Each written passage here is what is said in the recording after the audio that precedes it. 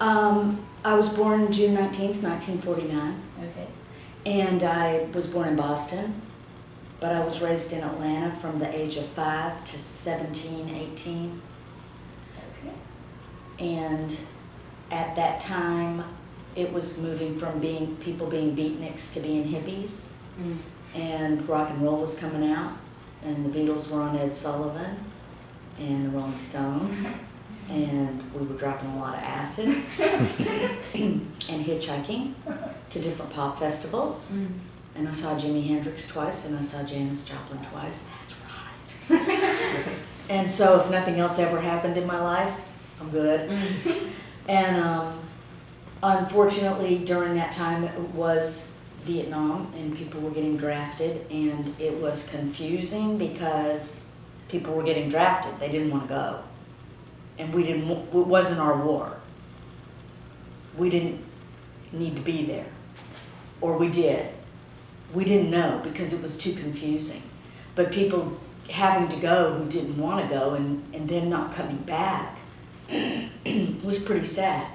And then, unfortunately, I got addicted to drugs, and I have 28 years clean now, though. So I know. Don't take that for granted. I know, huh? But it was hard times. In fact, I moved out here because it was just hard. I was watching everybody come back from Vietnam, and they were either addicted to drugs, or they died over there, or they didn't have arms and legs, or it was bad. And I thought if I left Atlanta, things would be better, except for the part that I took myself with me. So it was the same. I was just in another state. But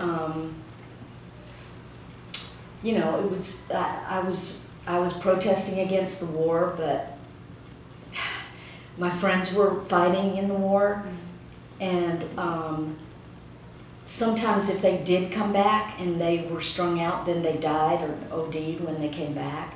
But unfortunately, all of the death certificates will say heart disease, liver disease. It will never say addiction. I don't think you'll find anybody that died from addiction, unless maybe wet brain, but then they'll say liver failure. So there's not really any accurate records, but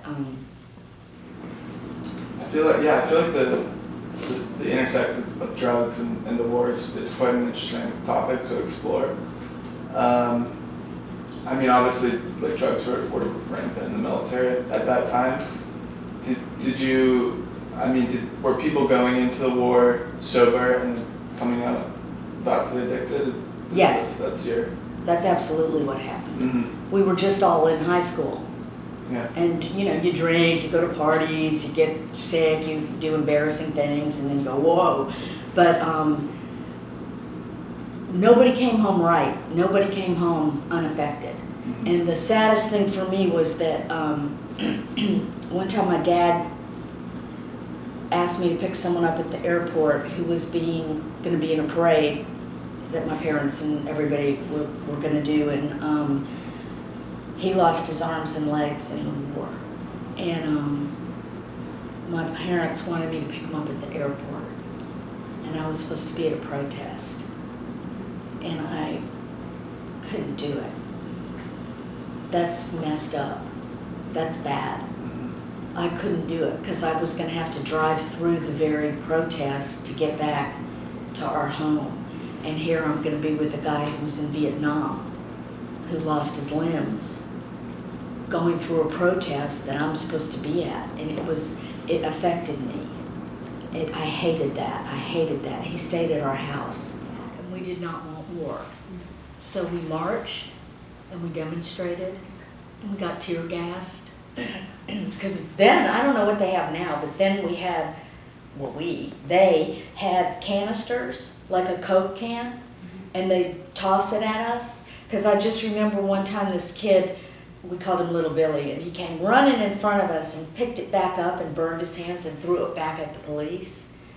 But we'd always get, somehow there was riots all the time, and we were always getting pushed back and arrested, and we didn't get that much beat up as like now, but back then We didn't.